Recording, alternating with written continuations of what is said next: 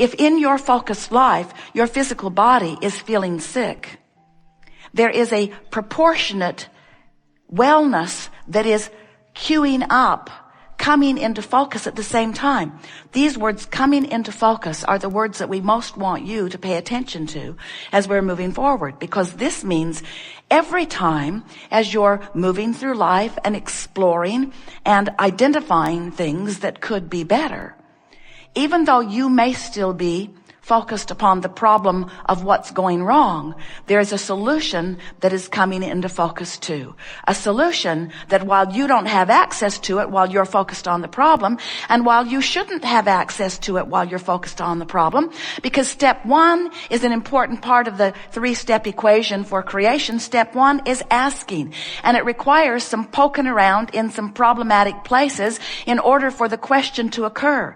In other words, there's a question and an answer, and they are different vibrational frequencies, but they are the byproduct of your exposure to life experience. Can you hear that?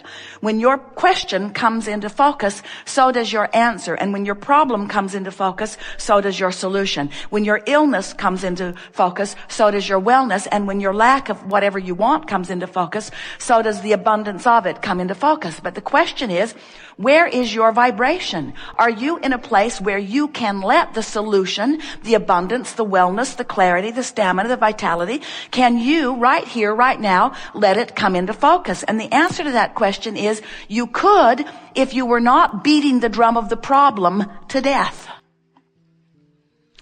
In other words, there is a tendency that you have picked up along your physical trail to poke around at the problem for an inordinate amount of time.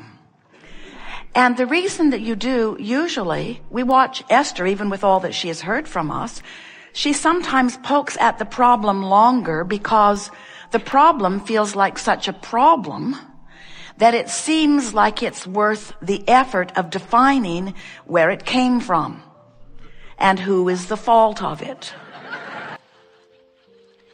And if she pokes long enough, she can sometimes even come into a somewhat satisfying while problematic point of view of justifying why the problem even exists. And what we would like you to realize is that all of that is fine. And you really can do no wrong, because poking at the problem is poking at a solution. The question we just want to put to you is, you have to make a decision when it is no longer of value to you to grow the problem and the solution. We'll state that better. You have to decide, has the solution gotten big enough for me now because of my attention to the problem that I'm ready to attempt to orient myself in the direction of the solution? Or would I like a bigger problem and therefore a bigger solution? Seriously. Because any way you play it works out great for us. You poke around and poke around and poke around it, and improvements come, improvements come, improvements come, and in many cases, it is future generation who will benefit from the problems you all are poking around at. But you sound like you'd like some of the solutions in your time-space reality. You sound as if you would like to reap some of the benefit of your creative endeavor. We're here in what we are calling this law of attraction-based universe and a law of attraction-based workshop, pointing it in the direction of the art of allowing, which is what step 3 of this 3-step process is. Step 1 is poke around at the problem. And step 2 is the solution is born. Source is right there, shining a light on it and holding it steady for you. Step 3 is you got to become a vibrational match to the solution if you are to live it in the way that we know you want to. For you, most of you, out here on this leading edge, this fantastic leading edge of creation, you like manifestations. You're hooked on seeing stuff and smelling stuff and hearing stuff and tasting it and feeling it. You like this tactile, leading edge, creative environment that we are all a part of, that you are fantastically immersed in. You like this manifestation stuff. And while you didn't come necessarily for the manifestation, It is necessary to be involved in this leading edge manifesting world in order to really, really, really keep up to speed with who life has caused you to become. But we want to wrap this whole picture together in a way that you will finally get it, that you have come forth not to fix a broken world, but to be a catalyst for its never-ending eternal expansion. And then we say, but you don't need to be focused upon the expansion, because the expansion is going to be a byproduct of your exposure to life. So then you might ask, we like it when you do, well, if I've come forth with great purpose, and my great purpose is not expansion, because expansion's going to come whether I know that it's coming or not. I'm just going to blunder into expansion because contrast is just going to suck expansion through me. Then tell me again, why am I important to this mix? And we say, because you wanted the thrill of you getting to focus. You wanted the thrill of you getting to define the details of the expansion. And because you wanted to feel the exhilaration of focusing in a way that the energy that creates worlds flows through you. In other words, you came for the joy of it. You came for the thrill of it. That's what we're all in this eternal experience for. Now, there's some very good news that most humans are not very keenly aware of or focused upon or tuned into. And that is that in every moment that you are experiencing life, you are causing an expansion, and the larger part of you is expanding. In other words, you cannot look for a moment at something unwanted without an equivalent desire emanating from you in a vibrational pattern. And as it emanates from you, the larger part of you, who is vibration, complete vibration, receives the information of request and gives undivided attention then to the prosperity that you are asking for, or to the improved bodily conditions that you ask for. Let's take it to a place that you can understand even a little more clearly. This is true of every consciousness. And your body is made up of trillions of cells who are made up of consciousness. So maybe you ingest something, maybe you're exposed to something, maybe it's a bacteria, maybe it's a fungus, maybe it's what you would call a germ, maybe it's what you would call a disease, maybe it's what you would call a substance that your body is not good at acclimating to, maybe you ate something disagreeable, couldn't tell by reading the label because none of that makes sense anymore. You ingested something that your body was not accustomed to and didn't really want, and so some cells in your body immediately got out of whack. You know what it's like to take a negative hit? So some cells in your body got a little out of whack, but in the moment of their perception of imbalance, they ask for balance in that moment. Trillions of consciousness within your body asking for improvement in the moment of awareness that something got a little off.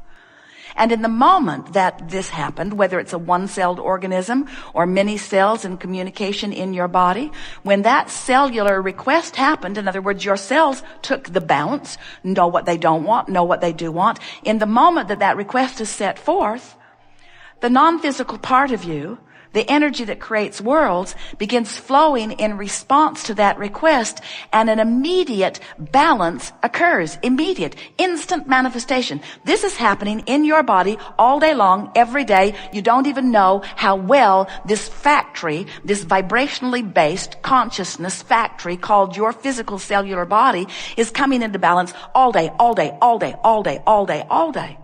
But then let's say you got something you're mad about or worried about or pushing about. So you've been in this sort of problematic mode for a while where you're really poking around at the problem, even though solutions are framing up for you and happening.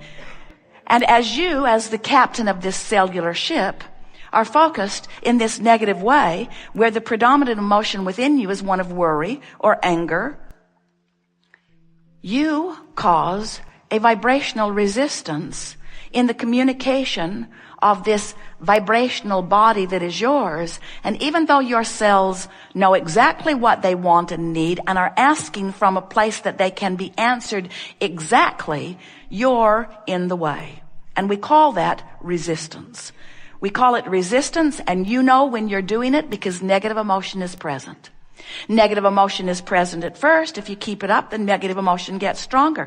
If you keep it up, you begin to feel physical sensations. And if you keep it up longer, then your physical body begins to be labeled in medical terms with all kinds of diagnoses that are nothing more than indications of resistance. And resistance is only a problem to you because it prevents communication between who you or part of you, we're talking about the cellular part of you, has become. But before any of this can make sense to you and before you can benefit personally by any of it, the first thing you have to do is accept that you are first and foremost a vibrational being.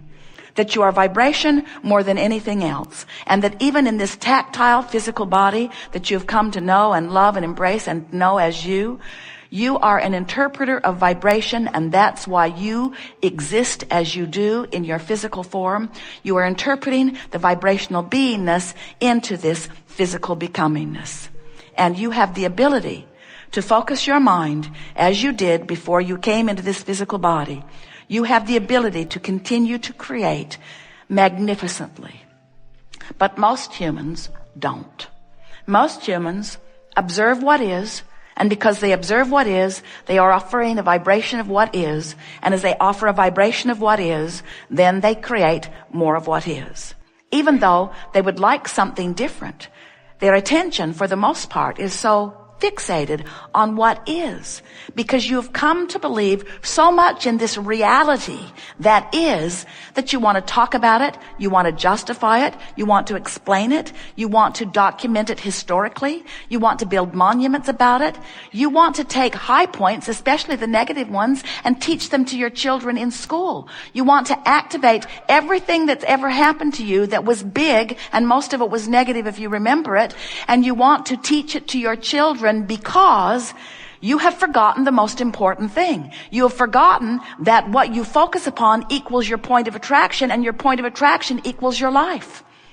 So, meanwhile, through all of this, as you are societies focused upon problems, you are producing solutions like crazy. And future generations are all queued up, eager to come forth to reap the benefit of the solutions that you are putting into this vortex of creation. Meanwhile, most humans are so fixated on reality and not even aware of this vibrational reality that the whole of source energy and the whole of future generations are focused upon. Can't you see it in those new little ones when they get here? Can't you feel their eagerness? Can't you feel their confidence? Can't you feel their knowing? Can't you feel their gladness about being in this body and their eagerness at setting their mind toward the creation of their own life experience? And don't you feel their immediate balking at you when you say to them, well, there are a few things we need to tell you about this planet. It's not safe. It's probably not going to last very long. We're already spending your inheritance, and you're going to have to pay the big debt of everything that we're spending now. Our bodies are breaking down, and our planet is in peril. And I want you to be really, really good, which means I want you to do what makes me smile and feel good. So use me as your indicator of how well you're doing. If I'm smiling, keep doing it. And if I'm not smiling, stop it immediately and trust completely in me. I've beaten my life into a very unpleasant pile, and I want to teach you how to do exactly the same thing. But the little ones coming forth, they don't hear it that way. They hear you saying blah, blah, blah, blah, blah, blah, blah, because life experience is what teaches them. It's not your words. So when they see you and you're not happy, they don't want to mimic that. They're always gravitating toward what feels better because they still have within them an active awareness of who they really are. In other words, they have not yet, especially in those early years, trained themselves away from their natural vibrational frequency. But most adults have trained themselves away from their natural vibrational frequency. This Art of Allowing workshop is a workshop where we're going to encourage you and show you how to train yourself back into your natural vibrational frequency. Because we understand who you are and why you've come and what you want, and we know so clearly what you have put piece by piece by piece by piece into your vortex of creation. We know what's there for you.